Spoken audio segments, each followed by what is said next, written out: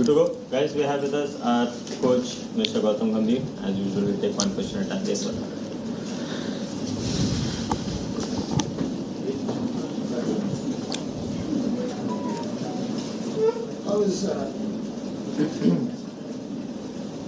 I can hear it, don't worry. Yeah, no, mic has to be there.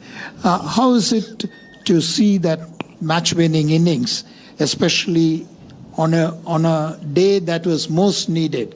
And how do you describe that from Sanju? He's a world-class player. We all know that how good a player Sanju is. And it was all about backing him. And then when the team needed him the most, obviously today was a day where he probably showed his true potential as well. And hopefully this is a time for him to kick off. And probably 2 more games to go, hopefully. Yeah, Gautam, congratulations on the win. Thank you. A big part of the victory was set up by how your team kept Shea Hope quiet in the power play and the first innings, less than 100 strike rate. You used your bowlers interestingly as well. Could you just describe the plan you had to Shea Hope and what you thought of the bowlers' execution to ensure that him being West Indies' highest run scorer so far could operate only at 90? Look, I thought we started off really well, especially when you play this kind of a game of this magnitude. You got to start off really well with the new ball. And Arsh and Hardik, the way they started off in the first 3 overs was really good. And then Akshar bowled 2 overs in the power play, which was again a great job done by him, because it's never easy on this wicket, on this ground, to bowl 2 overs in a power play. But Akshar did that really well. So I thought that we came out of the power play really well. The power play didn't go away from us, which again was very important, because once the power play goes away from you, it's very difficult to contain after the power play. So I thought that once we had the power play in our hand, then obviously we were always in control of the game.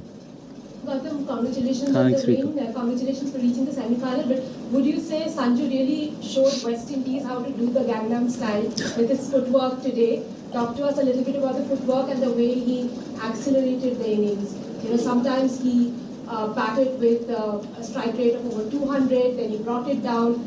You know how he could... Look, I actually thought that he never accelerated the innings. It was just a very, very normal cricketing shots. I never saw any muscling the ball as well, and that is the kind of talent he has. When you know that you're in control of the game and you know that you're feeling good, he's hitting the ball really well in the nets, and it's about going in the middle and showcasing that skill that you had. And obviously he knew that the wicket was very good, quick outfield as well. But again, I've always said that he's a world-class player. He's a great talent, and hopefully he can kick off from now, and hopefully we can see a lot more innings like this from Sanju.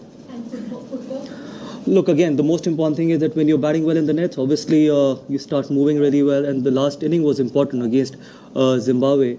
Yes, people will keep looking at his scores and stuff, but then coming back into the team and then playing that kind of innings of 23, 24, I thought must have given him a lot of confidence, because obviously the guy had a tough series against New Zealand, but we always knew the kind of potential he had.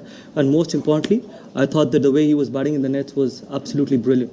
So I think we've got 2 guys now, Ishan and Sanju, who are really good for Indian cricket, especially they can keep wickets as well. So I think we've got really good guys, hopefully for the future as well. I can't hear you. Hello, can you? Yep. Taking you from your last answer, like when Sanju was not taken ill in between, so what kind of conversation as coach you had with him to keep him in the right frame of mind? Look, I have conversations with everyone, and the most important thing is the guy who are part of this squad are world-class players, and that's where they're representing the country.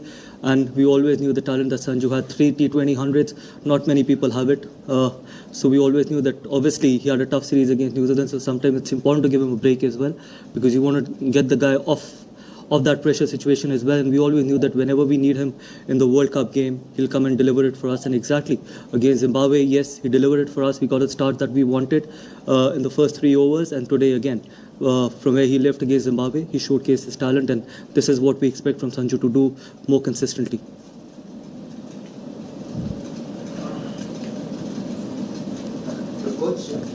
Yeah, that's okay. No worries. Yeah, Coach, we have seen you have a lot of conversations like with different players, be it Abhishek, Tilak, Sanju here.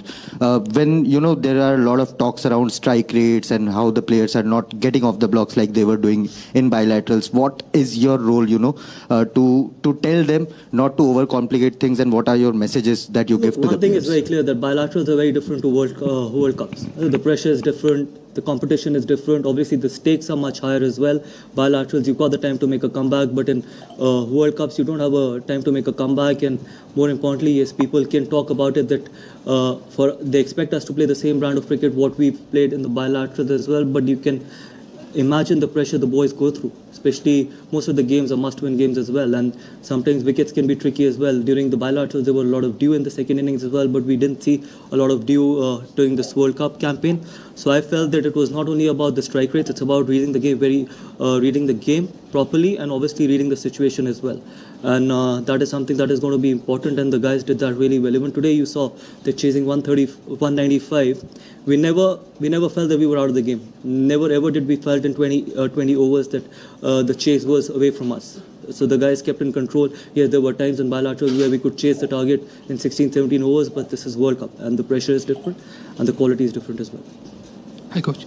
Congratulations in order, of course. But I want to know, 196 is a target that doesn't get chased very often in the T20 World Cup. In fact, this was India's highest successful chase in this competition. Firstly, what are the sort of conversations you had in the mid-innings? And throughout this competition, we've seen that there's no dearth of belief in the team. So how do you inculcate that in the squad? Look, the best part is that I've played a lot of games at Eden Gardens. I've seen a lot of games at Eden Gardens as well. And obviously, it's a great chasing ground. And we always knew that it's probably the quickest outfield in the world at the moment. And so chase is never out of control. Till you have wickets in hand, you can chase anything on this ground. We saw that in the IPL as well, where 260, 270 were getting chased as well. So we knew that if we can have wickets in hand, we were always under control. And again, I thought the partnerships are important, irrespective of how the format is, which format we are playing. That partnership between Sanju and Surya obviously settled the nerves as well. So I thought those small partnerships can make a massive role, and someone had to break the game. So Tilak broke the game for us in the middle with that cameo, and then Sanju batted till the end. So I thought that it was a very clinical run chase. Gautam, India have used Bumrah differently in the tournament, sometimes in the power play, sometimes not in the power play. Today you had 3 overs for him in the second half of the innings. Is that dependent on the surface, the opposition rhythm? How do you go about planning that? I think it's more to do with the opposition, that where the firepower lies. Especially we knew that West Indies has got a lot of firepower in the middle with Hetmeyer, Rohman and Sherfane. And we know that those guys are quality players. Those guys can take the game away from us. So we always knew that we needed someone like Bumrah in the middle to bowl at them. And I thought Hardik did a really good job, because sometimes bowling against these guys on this kind of a wicket, your fifth bowler actually can always be under pressure. Hardik and Aksar, I thought, controlled the game for us, because those 8 overs were very crucial. We knew that Arsh, Bumrah and Varun were always about to bowl their 4 overs. So I thought that for me today, I think the most important thing was how Hardik and how Aksar bowled. Yes, we can keep talking about other 3 bowlers, but that's the reason why we felt that Bumrah was important in the middle. So every time we have a big over, we can go back to Bumrah and try and control the game, because you don't want in a T20 game 2 back-to-back big overs as well. So that can take the game away from you. So for me, I think Bumrah is a banker, and we'll continue to use him in different ways. Coach, in these high-pressure games, nerves can play a part, irrespective of how experienced a player is. But Sanju never looked like he was, overawed by the occasion. Is that just down to mental strength? I think it's down to experience as well, and mental strength as well. Come the big games, come the knockout games, come the World Cups, it's all about mental. It's not about skill. You don't change skill in literally 1 week or 2 days or 3 days. It's about how much can you absorb the pressure. And I've always believed in one thing: the guys who absorb the pressure the best will have the best chance to win this competition. So I think today was a great sign that we were able to absorb the pressure. As I said, that 195 on any wicket on any ground is never easy in a crunch game, in a must-win game. So I felt that I think absorbing the pressure was the key. Gautam, in these big tournaments, they often say that peaking at the right time. After the South Africa defeat, India has had 2 big wins against Zimbabwe and against West Indies, heading into semi-finals and potentially a final. So do you think that with all the pieces falling together nicely, the team is really picking well? Look, I don't believe in all this peaking at the right time. You got to win every game that you represent your country, as simple as it can get. There is nothing sort of peaking at the right time. It's a short tournament. It's a tournament that comes and goes very quickly. So you got to try and play your A game every time. And it's a format like that where you can't take any opposition for granted. So for me, I think all this peaking at the right time, I don't believe in. We turn up playing for the country. We represent 140 crore Indians. So we want to turn up and win each and every game possible. Coach, tactically, if you could just talk about how things unfold in the dugout, because even today we saw a lot of messages going around. You had a discussion with Hardik. the over before he got Rutherford out, and he signaled to you after getting that wicket. So clearly he was operating to a plan. And the entry points of batters, because you have 8 batters who can bat in any and every situation. So how do you as a coaching unit in consultation with Surya kind of take those calls on when to introduce a batter or to use your bowling? Because you use Varun differently, Bumrah was used differently. So is it more instinct driven, or do you rely on a lot on data and videos to take those calls? I don't believe in data, honestly. I've never seen a data. I don't even know what data is all about. I absolutely do not believe in it, because I feel it's more about instinct. T20 cricket is about instinct and backing your instinct as well.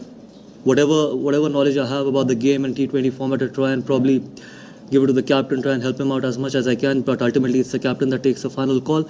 But data and all, I don't believe, honestly, because it's very overrated. For me, I think we are very fortunate that we've got world-class players.